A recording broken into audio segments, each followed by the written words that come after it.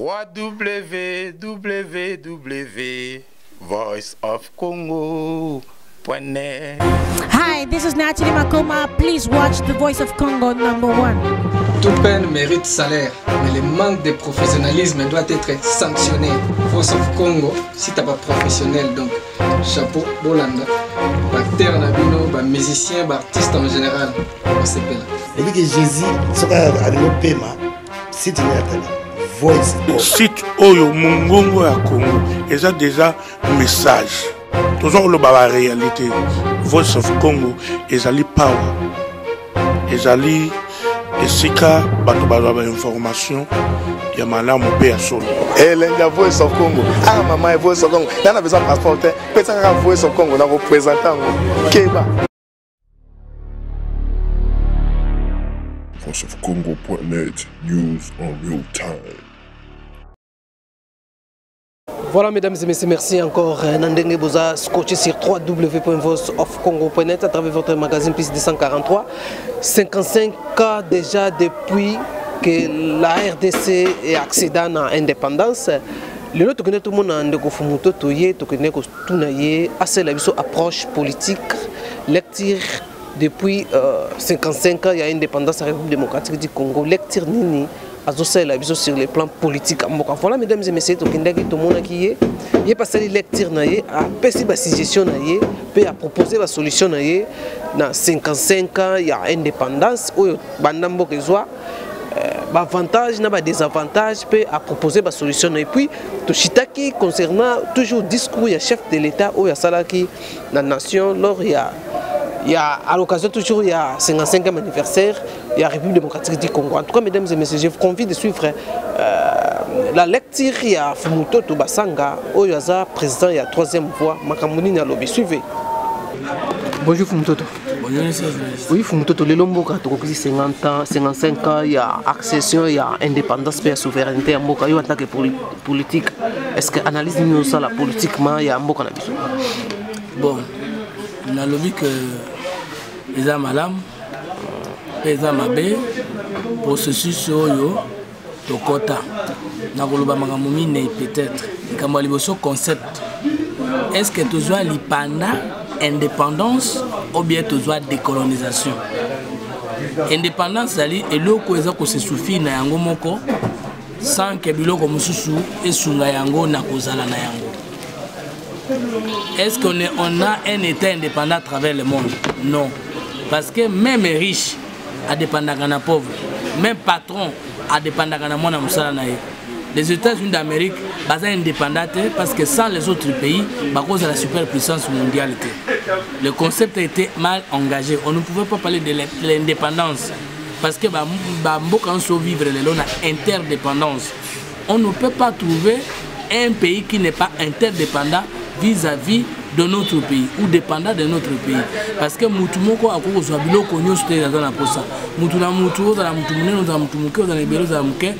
il y a dans l'autre ce que tu manques et dans toi ce que lui manque. Donc je ne peux pas accepter tout le waka indépendance. Dans RDC. Oui, et plutôt qu'un concept d'indépendance, tout ça rappelle distraction. Au moins, Congo est botamment en aventure. Mais malheureusement, toujours avant la 3 heures, tout le monde est en aventure. Donc Congo est botamment en aventure, c'est-à-dire Congo est botamment en aventure. Le Congo c'est un bébé mort-né. Là, moi, je suis mal formé de la nature. Donc, comme ça, je prends 1185. Je dois analyser le concept d'indépendance. En 1185, nous avons un État indépendant du Congo, n'est-ce pas? Mais son peuple était sous la maltraitance du roi de la Belgique et des puissances étrangères de l'époque. Alors, l'indépendance, en 1185. Baza pour défendre Bisso dans la conférence de Berlin, aucun Congolais n'était là. Parce que l'indépendance a été décrétée par Nani Ponanine. Léopold de Moutou a salé l'association, a signé un document na chef coutumier, tout le bongo, toute l'autorité traditionnelle, et puis à quelques représentants mon anglais, à quelques représentants mon américain, bandimier que a comme souverain ici ka ol. Tant que sur la kuna biso zala kité, indépendance aux zalaki, et zalaki à l'État, le coup le locaux m'appelle Léopold, mais pas indépendance c'est un peuple. Pendant que l'État est reconnu indépendant, en 1885, son peuple lui-même est absent dans le Conseil des Nations. Tolongwe, un État déclaré indépendant en 1885, mais en 1908, nous passons de l'État indépendant du Congo à l'État belge. C'est-à-dire l'État est indépendant, mais comme une colonie belge. On perd même indépendance à l'État. Tant que comme une colonie belge, l'État perd de souveraineté, les peuples sous la colonisation. Le 30 juin 1960, Tozoaki, victoire Mibali. Victoire à Liboso, pour recouvrir la souveraineté de l'État. Comme nous avons dit en 1908, nous sommes bravo au père de la décolonisation, peut retrouver la souveraineté du peuple. Parce que dans 4 ans, il y a deux souverainetés. Il y a la souveraineté de l'État vis-à-vis des autres États dans les Conseils des Nations. Et il y a la souveraineté du peuple vis-à-vis de la force zone et de la pénétration sous-régionale ou internationale. Peuple souverain, ça veut dire peuple qui a décidé sur son sort, peuple qui a bundissa les mauvais gouvernants de chez lui, et peuple qui a dimaté domination culturelle, domination militaire, occupation étrangère et pas inaïe. Or, 54 ans après, le Congo est mal gouverné, le Congo est sous occupation internationale, le Congo a de mauvais gouvernants. C'est-à-dire que le peuple est ne jamais souverain. Or, l'État est souverain, mais si le peuple n'est pas souverain, cet État ne peut pas se développer, ce peuple-là a connaître bien-être. Au moins que moi indépendance, il faut tout boire qui s'est en auto le bagayangoté. Mais solo 54 ans après, tout l'ongwa na gestion politique et administrative ya ba belge, tout l'ongwa na gestion politique et diplomatique ya ba belge, tout ça ko bebi samboka na biso moko. Mais qu'est-ce que nous koloba que tous reconnaître traité musala ba perdre de l'indépendance ba salaki de la décolonisation ba salaki, tous on dit ma musala bango. Mais tous on ko yeb sabato ke ba yeba que tous on a 3 générations na mboko. Première voie ezali bato babunaki pour l'État. Deuxième voie ezali bato babunaki pour la République. Troisième voie ezali biso bato to ko refonder la nation libota tokoma bandeko mwana mama nanga mwana papa nanga. Na première lutte victoire ezali pour babelge ba Québec. Mais chèque ezali pour nanini. Bato babunaki pour bazwa lipanda. Bazalaki plus na instinct à liberté que na raison à libération. Amani instinct à liberté dans le Colandek. Okangiye ya pumbaka na mais okangi otie na mwa bokal moko boy. Dès ko fungoli ye yako akotuna tazo kene wapi posa na ezali apumba même ceux qui étaient au Novanda exacté. Par contre la raison ya décolonisation ya libération ezani naza na pasi awa na libulu nazo bima na libulu fona kende ko vendre sika ya malamu oyo ko za sundenge moko na libulu te. Le père de la décolonisation ba mona ikaka ko benga na mondele yende mabe. Mais ba yeba kiteke soki mondele akei esengeli esala musala munene par rapport na bino moko pona ko bongisa yango pour près après le 30 juin 1960 bango nyonso ba père de la décolonisation na batikalo gérer mboka te. Ba Lumumba na Mobutu ba na Kizenga balongwaki au cours de 3 mois. Mobutu Kasaba yeko longwa au cours de 4 à 5 ans et puis bato babundelaki lipandate ba yebanganza miti lelo. Banda Musée, Banda Mobutu Ti, Joseph Kabila, ce sont des dirigeants qui s'imposent sur le peuple mais qui ne sont pas venus résoudre le problème du peuple. On se comprend. Tous les opposants au Balandani Wana, Bangope, ils ont mal posé les problèmes du peuple. Pour parler de l'État, il y a créé fondatrice de l'État moderne. Mais l'État est moderne. Là, opposant à l'isio na banane Lumumba. Opposant donc tu as la polémique peut appeler mon bien, mais non pour bazolanda biso ba comprendre opposant banane. Pour toi là opposé belé. Na lobi opposant nyonso. Oya lingami longola aleka na alo bagenga ite comme ça na landela. Na lobi opposant nyonso. De yotiaka ndengwana. Alors tozu l'État. L'État est l'État moderne, où est bongi développé les lots. Et bunda bitumba 4. Féodalité, bitumba laïcisation, bitumba démocratie, bitumba république, il y a un État moderne. L'État congolais a le pouvoir misa toté. État moderne ils sont dans sens la république a le pouvoir misa, pouvoir moko mekabwa na misa. Le pouvoir judiciaire, le pouvoir législatif et le pouvoir exécutif. Tu opères la guerre de l'État. Tu es dans la République. La République est une souveraineté, nous ne pas peuple. origine pour pouvoir ne se pas peuplé, destination n'est pas peuplé et qu'il n'y a pas pouvoir judiciaire, législatif et exécutif. Depuis 60 jusqu'à présent, le pouvoir exécutif, c'est-à-dire le gouvernement, n'a présent à 4 et ont dominé sur le Parlement et les cours et tribunaux. Yomogozo Kamwa, Kabila a funda Batu, la justice, alors que ceux qui dénonciation et Salemi, Kombo na Yena Matata, les premiers ne sont dans la 4. Ceux qui donnent la dénonciation, parce qu'il faut que chaque Congolais a le droit de dénoncer. Mais aussi, autant vous avez le droit de dénoncer les autres, vous avez le devoir de se dénoncer. Il faut que vous avez un rapport à Kombo Kabila, Kombo Matata, qui sont les premiers champions de la malgouvernance. Vous pensez que non, comment mais ce qui est exact, c'est sans effet parce que le président Funda Rabatote, le président Salarane que justice est à la Malamo, pourquoi? Parce que le pouvoir législatif, l'exécutif domine sur le législatif et pardon, le législatif et judiciaire. Toraté République. Loi fondamentale belge le Baka Boichkon article 3 4 que le tiki bino na loi oyo. Bon, la constitution républicaine, ça veut dire bon voter battu. On va connaître la constitution. So basi ko comme baya na ngoko proposer yango na bino. Ceux qui bondimi yango bo banda république et kufa Mobutu ana makasi, Musa na makasi, Kabila na makasi. Ba constitution so basala eza ko refléter image na bango. Donc on comprendre que première génération de l'état échec, deuxième génération de la république échec et tikali suko génération bisotomomi à génération de la nation, refondation ya nation. Biso na période nyonso wana tokosi peuple. Bato opposition ya liboso balumba na zote balobaki mabe za mundela soka ke ito bongi. Ndela kenda to bomate. Bato ya génération ya mabe balobi mabe za Mobutu. Ba so Mobutu akei ba Tshisekedi ba musée tout ça. Mobutu akei to bongi, Mobutu akenda to bongate. Erere pe lingolo ba lelo ke problème za Kabila soka ke ito bongi. Ale Kabila akokende to ko bongate. Problème ezali nini? Opposant à Bakosa, pouvoir opposer au Kosa. Bopé Sabiso ta ébélé parce que les boules qui mounene. Bopé Sabiso ta ébélé banane troisième fois. Non, pouvoir au Kabila non. Bango azolo banine.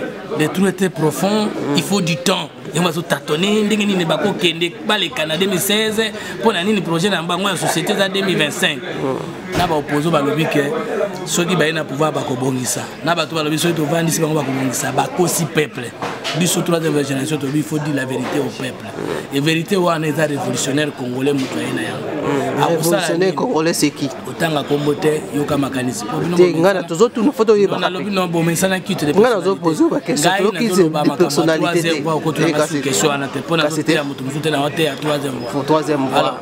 Révolutionnaire Fumutoto. Non, Fumutoto c'est une idée. La révolution, ce n'est pas une personne, c'est une idée qui peut travailler avec Moussa Fumutoto physique. Il y a le Bible. De élaborer pensée. Aucun opposant congolais n'a élaboré la pensée. Ce sont des chamailleurs, des contestataires, des écrits. Basant la pensée politique, vérifiée. Je dis aucun. Aucun peut ta majorité à élaborer la pensée depuis 60 ans. Ce sont des mauvais gouvernants, point barre. Mais je ne dis pas qu'il ne faut rien. Dans la zone, jamais comme ça Congo dans les boules.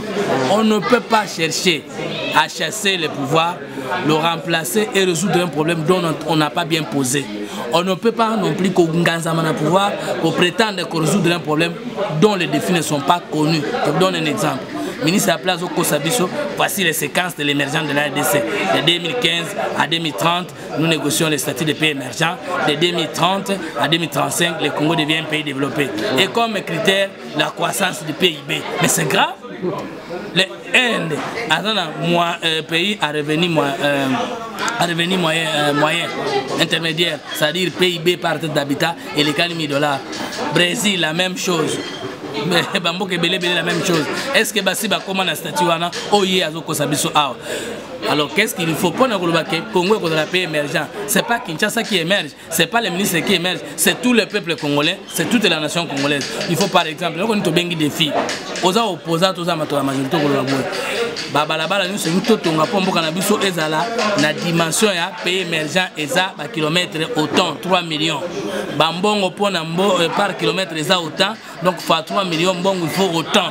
Bon wana to ko jouer pas iboyer musato kozala na tango boye na bato boye na ba matériel boye bopesa nga pouvoir na kokosi ça dans 5 ans mais na koki dans 5 ans pour réaliser l'amorce ya projet en court et moyen terme mais les restes à long terme d'autres générations bakoya osala. Aucun opposant congolais, aucun type de la majorité n'a posé ce problème. Toujours ça la distraction après ma kofingana yete ngai te. Tu sais que dans autres un message à lobby, soit qui mutualinga dévier dialogue, tu connais ça peut plaindre la balabala. Mais il y a eu ça qui peut plaindre, prenez-vous en charge. Peuple n'a eu que la guerre. Mais comment il y a mon gars qui continue à se prétendre qu'il continue à diriger le peuple congolais alors que tant à l'obaka que baya kutika na parlement peuple balanda qui est balongola qui est nzela kuma kité. Kabila zolo bate topé ça est temps à kosala mais osali 16 ans au kokité. C'est quoi eloko nini na 10 ans zoluka 2 ans zoluka au kosala. Donc Congo za nango bo c'est un endroit c'est pas un pays. Au troisième voie, qu'est-ce qu'il faut faire pour renverser les révolutionnaires devaient venir vous donner la pensée congolaise. Après, ils devaient vous donner la vision. Nakati a vision beaucoup de projets de société. Nakati a projet de société beaucoup de les problèmes et les défis bien établis. Et puis Nakati a programme naé à côté de la pona kola Sabino ndenge nini akosala la nambula liboso ya mibale ya mitano et puis 10 ans à se retirer. C'est la projet, c'est la c'est au peuple congolais de faire le choix des idées et non des individus. Donc nous sommes plus dans le parti. Fauteuil.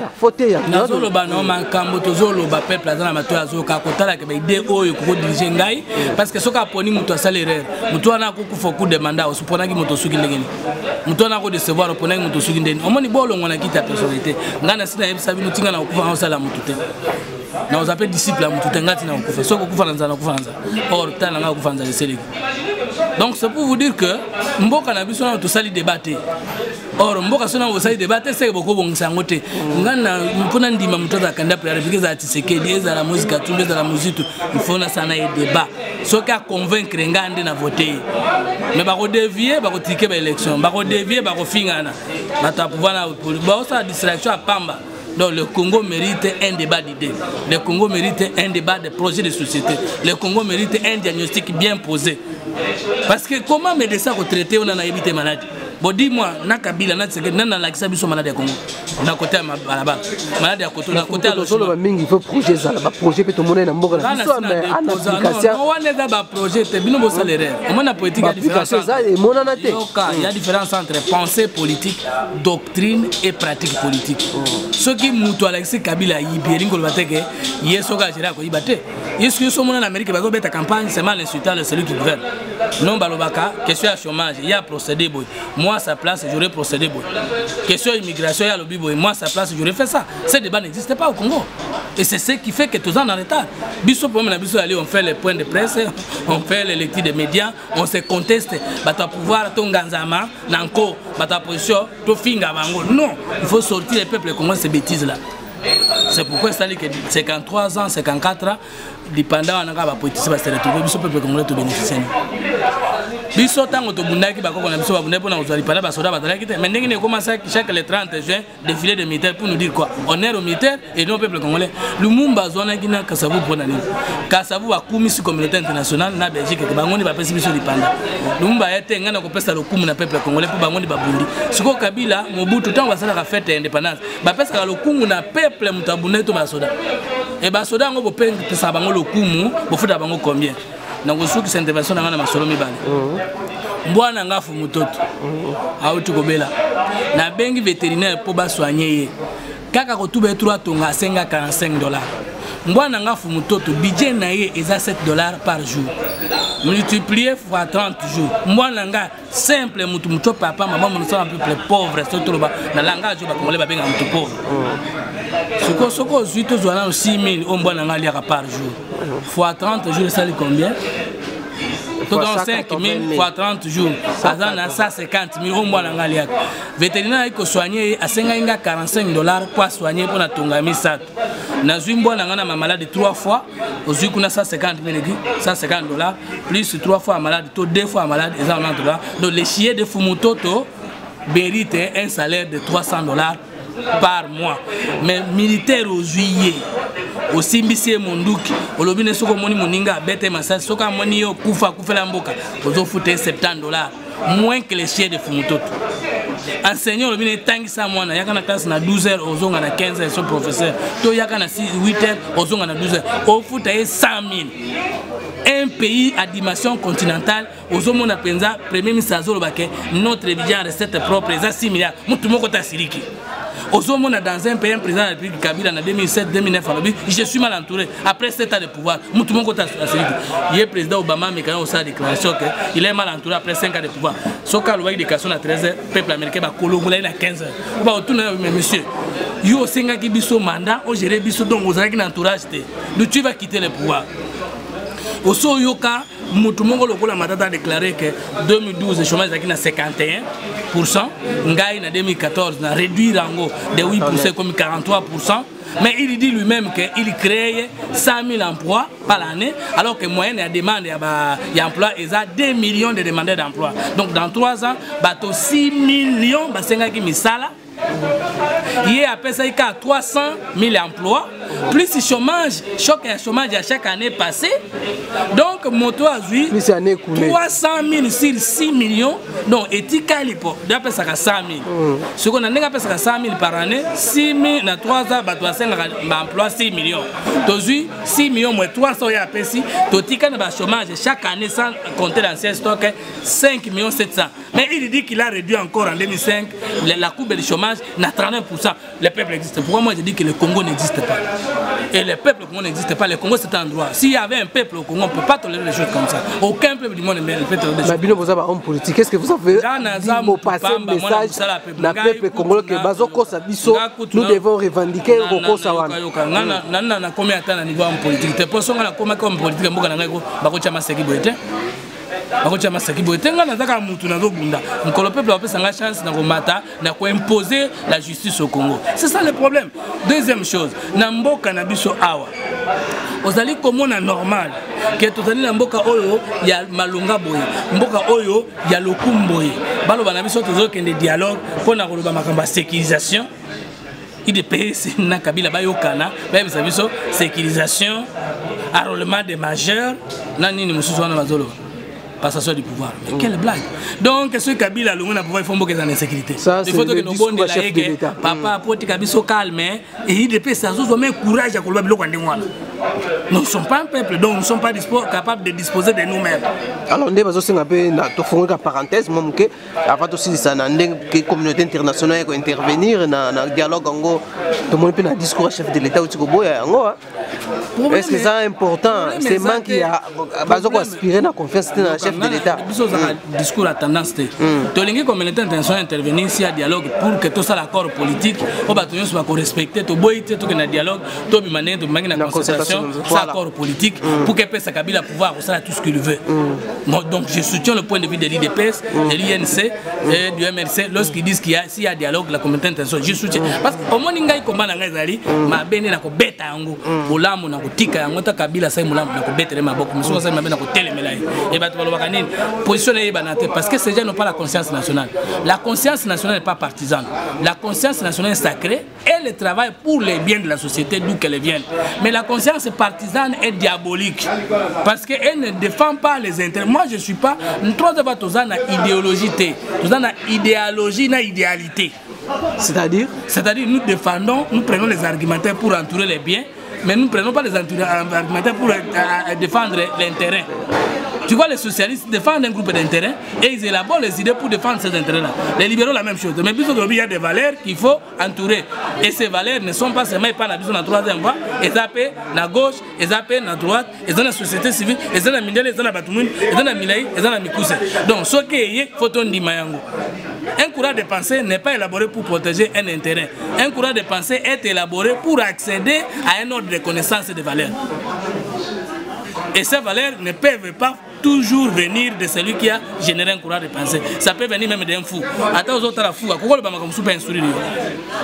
tozalaki na mutu moto zo solo là atuninga mbwana ozo soigner wana vous le prenez comme qui na yebite alobi mbwana yaza membre ya famille na yo il m'a instruit et je suis allé enseigner mes enfants pour leur dire richesse mboya biso azali membre ya famille na biso vous considérez comme votre frère parce que tanga belaka nazaka na même chaleur na douleur ya ndenge na yo ka douleur ya bana tu vois un peu ça donc le bon sens c'est la chose du monde le mieux partagé la mieux partagée donc vérité et c'est pas mtunyoso il faut ce qu'on yeba ko sélectionner pour étonner pas na yo donc la troisième on ne peut pas dire que kabisone to yebi kabisone to ndimi dialogue ya communauté to ndimi yango parce que yango e ko pesa biso accord politique respectable dialogue ya kabila yemo ko to lingi yango te parce que yena dialogue na atosa ka makambote et soka atosi makambote akobebisa sous davantage yazo lukato tia kimia na processus kimia ezali kaka yalo baka ko se représenter sous souté ka kotika peuple congolais na kimia ndenge akutaki biso avayo akota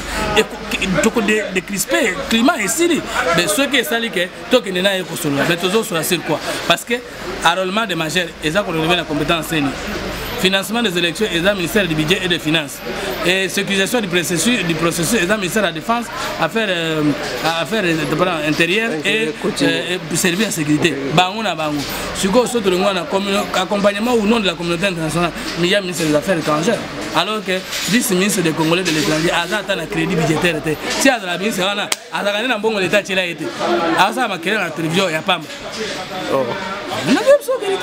ministre ya ba Congolais na diaspora dai ndé na lobby soki na lobby likambo moni mabe na zamona msatu bo vérifier soki na komo kosa mokonzi peuple bo sanctionner ngati donc voilà les journalistes tout tika osala na mboka le peuple est sacré le Congo est sacré nous allons battre jusqu'au bout voilà. Merci Fumutoto. C'est moi qui vous remercie. Voilà mesdames et messieurs, merci. Vous venez là de suivre Fumutoto Basangaye à Outikosa la lecture na approche politique en tant qu'homme politique. Il y a 55 ans de l'indépendance, il y a la République démocratique du Congo. Mesdames et messieurs, Bolandier, Boyo Kipe, Ndenge a glissé à quoi il y a un discours, il y a chef de l'État, où il y a le 55e anniversaire, il y a l'indépendance de la République démocratique du Congo. Na OEZ célébrer na Congo. En tout cas, mesdames et messieurs, portez-vous bien. Prochainement un autre nouveau numéro. Derrière la caméra, c'est Christian Chibalo. Yende Moutou Asali que Bomonanga de partout dans le monde, place Bozali. Et bye bye.